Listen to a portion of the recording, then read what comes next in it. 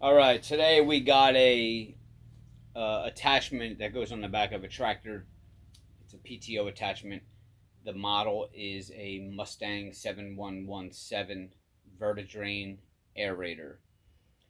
The operator says that the PTO on the tractor was spinning, but the aerator tines were not going up and down. So immediately my first guess is that a gear had gone bad inside of the Vertidrain gearbox. I've never worked on one of these machines before, so it's just going to be a case of ripping the gearbox apart and seeing what kind of metal falls out. But it definitely sounds like that's probably what it is, unless there was something obvious where there was a log or something jammed in the tine somewhere to prevent it from going up and down. But I would think somebody would have seen that, and I'm not going to be that lucky to have something that simple.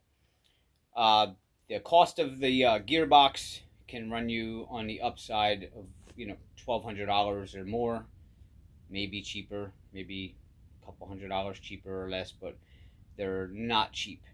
So hopefully we can figure it out for them so that it's a simple repair, maybe cost them $200-300 rather than $1,200, and get them going again.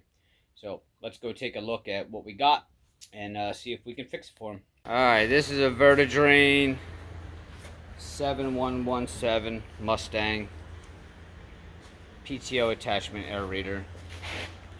And the problem is the PTO is it's spinning on the tractor, but it's not spinning on this end. The tines aren't going up and down. Never worked on one of these, but I'm going to assume that it's in the gearbox somewhere here. Something either gave way or broke or whatever. But this is the unit, and couldn't find any videos on YouTube about it. We had to take these top covers off as far as we got right now, removing the top covers so we can get to that gearbox there, and there's an inspection cover right there. Alright, so we got to take off these two bars here because they are in the way of those nuts under there, as you see. So we're gonna need to hold back, try that. Alright. You want to take it all the way off, or you want? It's better if it's all the way off. Okay. Watch I don't drop on you. Alright. And we'll just slide that off I'm gonna there put like that that. right back in there so we don't. Should we label these left side, right side? Yeah. So when you take these off, just kind of put your own little notes here so you know that you put these back on the right side they're supposed to go. Alright.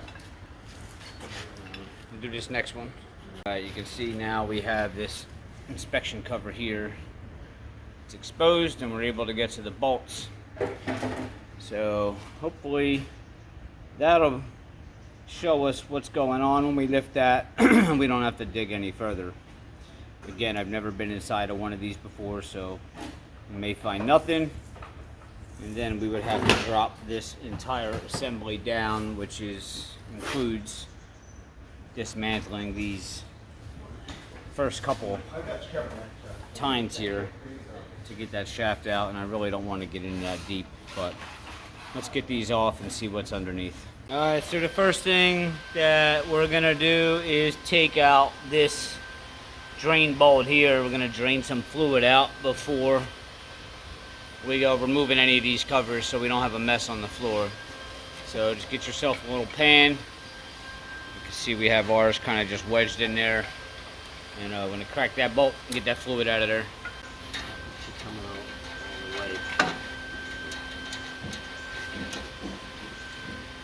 There's nothing coming out of there.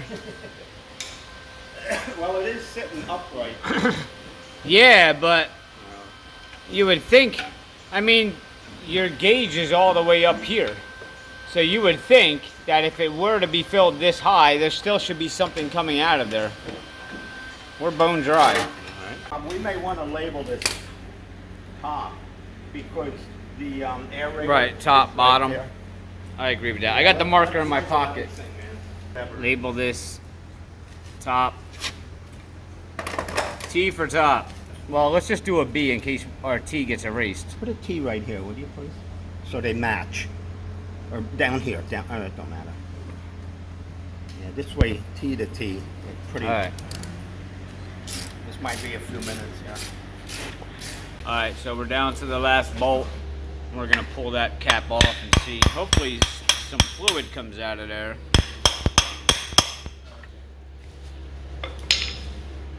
See what's in up? There it comes, right there. A lot of yuck. Oh, look at that. Well, don't bang that out. Let's see if there's any debris in that, any signs of anything. Sort through that. Look at that. Pudding. Yum. I'm hoping that's where our problem's going to be. Then we don't have to drop this whole thing down. But we're going to sort through that and see if we can find anything, and then we'll be back. Alright, so after sifting through all this yuck in here, we found this chip, which looks like one of the teeth in that pinion there. That is locked up. Oh, it's going now. There's probably another piece of metal in there. Oh wait, watch yourself. Yeah, we did find this chip in there. So, What is that one there? that's not good news. Oh, that's it right there. That's the missing tooth right there. You can see the pinion there. The tooth is broken off, and there's the piece that goes to it. So, that's part of the problem. Let's clean that. Alright, we're going to clean that up. Alright, we're going to remove this side thing slowly. Look at that, we wasted all that time on that pinhole. Alright, hold that up, Pete, this way. Just so you guys know, don't waste an hour trying to beat that little pinhole out. That's what we did when this actually all slides right out. Alright, let's see what's in there. Yeah, shine in it. Got a light. Alright, hit it again there. So you're going to take a screwdriver and kind of hit it along the seam here. Like you see Pete doing there. You can see it's starting to separate. Have one on either side. Just work it out. Oh, there he goes. He's got it off. Voila! Let me see the inside of that. That's what your inside looks like. We're going to have to clean that up. And there is all of your gears. I don't see any teeth missing on here. So we're going to clean it up. We're trying to get that front pinion I showed you to slide up so we can get that lock nut screwed back on. And we had to remove the gearbox, as you just saw. So here we are, and this gear here, do you remember we had that gear shifter on the side here? Alright, that controls this here. So, there we go. See, it's supposed to go up and down there. That pinion in the front of the machine over there to come up, which would be this shaft here. So, we're going to have to start with, we got two bearings up here. You got the one on the bottom is bigger, one on the top is a little bit smaller. We're going to have to start with pulling this bearing and then pulling these gears up one by one to be able to raise that pinion up in the front. Just in case you forget, we need to raise this up here so that we can get to this lock nut here that came off. We'll start with taking this bearing off and see how this all works here to get that pinion up. We use this little tiny bearing puller here. Now this thing you can get at Napa. It's like 13 bucks. Basically what we did is it's going to slide underneath of that bearing, and this goes into the center there, and then you kind of crank the handle and pull the bearing up. The problem we had with this one was this puller was too short, so we ran out of threads at the top, and it only pulled the bearing 3/4 of the way up. So we took a pry bar and put it under the bearing and just kind of pried it the rest of the way off once we got it up there to the top. You can see that this has this little locking C-clip here. Each of these gears is probably going to have that, so we need to get this one off, then move to that one, and then down to this one, and that will allow us to slide that pinion up. Alright, you can pull it up now. Alright, watch this. Can somebody take these two off? Slide them right back on. The only, right, yeah. The only issue Slide is, them back on. wait a minute, is there a flat? Here's where you messed up. they notch. Okay, that meshes. So in order to take off these gears here, you have to remove the bearing and take these gears off also to take these off. This goes back up here. Correct. Alright, when you take your gears off of here, it's a good idea to get yourself some type of puller shaft to slide them on in the exact order you took them off and just store it somewhere so that you know which way these go back on that shaft. To get this lock nut off of here, you're going to have a cotter pin right here. You're going to want to bend them two and just pull it out this side over here. Alright, we got the cotter pin out, so now you want to kind of spin this nut loose. It doesn't appear to be reverse thread. And lucky for us, it was already loose, so I don't even know what size socket that would be. But thread that out. And I'm thinking there's going to be one more lock washer. I'm thinking. For that pinion to slide up. There's a large bearing in there. There actually is, you can see, a lock ring in there. And the problem is getting a tool in between here and this spline to get that out. So we're going to try to spin this around to get the two keyholes over here so we can get a tool in to get that lock ring out.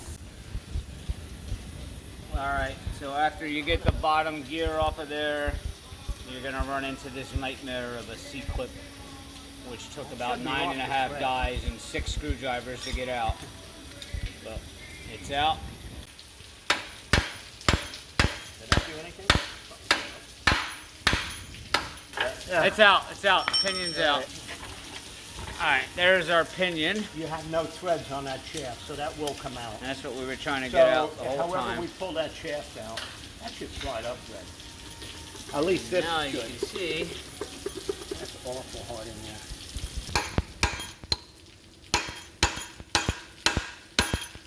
Alright, this is what the assembly looks like when it's out. Hold on, let me turn the camera around. That's the assembly. That's the bottom pinion, the bottom bearing, sleeve, and so that would look like that. Then this went down there. Then there was another bearing that went on top of that one. And as you can see, it's all out.